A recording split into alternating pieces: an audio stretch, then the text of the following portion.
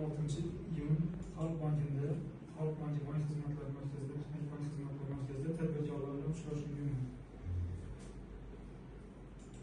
Sizler ne mesela bu işi gördünüz? Kredi mesela. Ne kredi alıyorsunuz? 30 bin dolar. 30 bin dolar tezkar krediti. Şu boyunca düşüntürüş var bu zaman.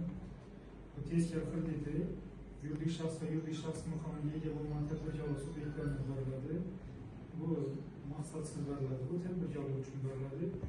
Salbiy kreditlarga ega bo'lmagan tadbirkorlarimiz ijara qiymati kelishi summasi 75%gacha maksimum 250 bin dolargacha beriladi. Bu ikki tadbirkorlar 30 bin dolargacha beriladi.